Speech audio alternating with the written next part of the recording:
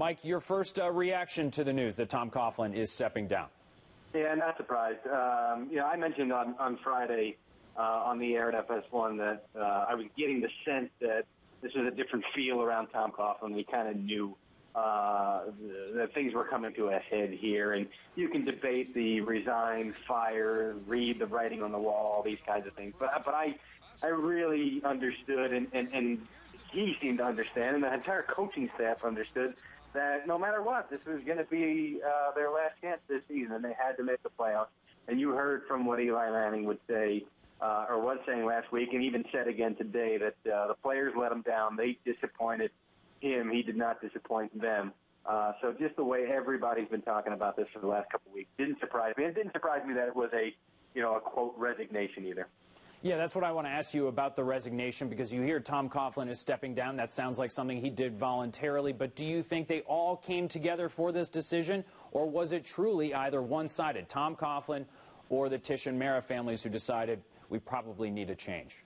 Well, I think it was mostly that the team felt it was time to make a change. I mean, and let's face it, they made the playoffs one time in the last 7 seasons. And I get when they made the playoffs, they really made the playoffs, and they made the most of it. But for a team like this, for a franchise like this, you can't have a stretch like this where you just don't even sniff the postseason without making a change here. So I think that was first and foremost. But again, I believe that, I was told after the Carolina game, an observer saw Coughlin playing with his grandkids and noted that this was a different Tom Coughlin. This is the guy who, remember, locked himself in a dark room after the Matt Dodge punt that resulted in the Deshaun Jackson return years ago. And the disappointment to take the loss that way versus the way he took it against the Panthers right away was and his grandkids have always been his soft spot. So I don't want to make it seem like maybe he wouldn't have done that years ago, but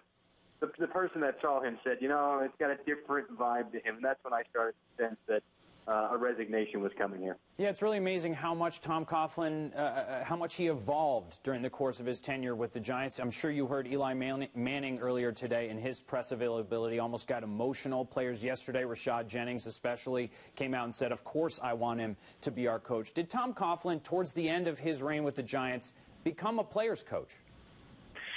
Oh, of course he did. And you go back to 2006 into 07 and changes that he made there. And this is something that, having covered that closely, I always take with me whenever I comment on another coach who is having similar problems communicating with players. And Chip Kelly is the latest. And, everything I say is Chip Kelly has not communicated with the players.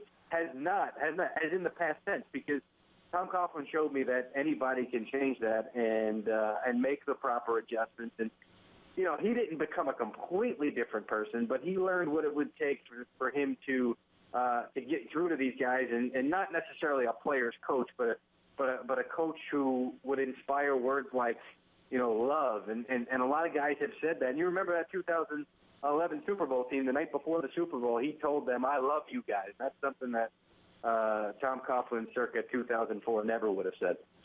And if you look at this roster and this team, Mike, and now with Tom Coughlin leaving, how much is improved? Because we knew there were roster problems with this team. This wasn't a team that on paper looked like a 13-3 team, looked more closely probably to a 6-10 team, which is where they ended up. Was this a roster problem, or do you think they did need a change at head coach, and this will accomplish maybe brighter things in the future? Sometimes you do need a change, just to kind of spark some things. But, that being said, what do you do now with Eli Manning at the age of 35, having just learned a new system, just gotten comfortable with a new system? I know passer rating isn't the be-all and end-all, but he had career-high passer rating this year, and he did it without a slew of targets like he used to have. In 2011, with Hakeem Nicks in his prime and Victor Cruz and Mario Manningham, he didn't have that. He had Odell Beckham and a bunch of other guys. And that addresses your question about the roster, that, Jerry Reese has to be held accountable for a lot of this stuff. And I don't mean get fired, and he's not going to get fired. And this, frankly, don't forget, will be the first time he's actually taking part in a coaching search. He never hired his own coach.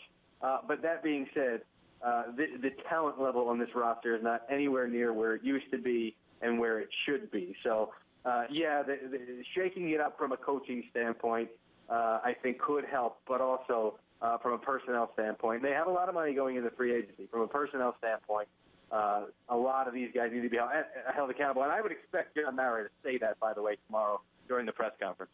Mike Garafolo, Fox Sports 1 NFL Insider, thank you so much for joining us, Mike. And I keep referencing Eli Manning earlier today talking about his coach, Tom Coughlin, seemed very emotional. We're going to play that for you. Here it is.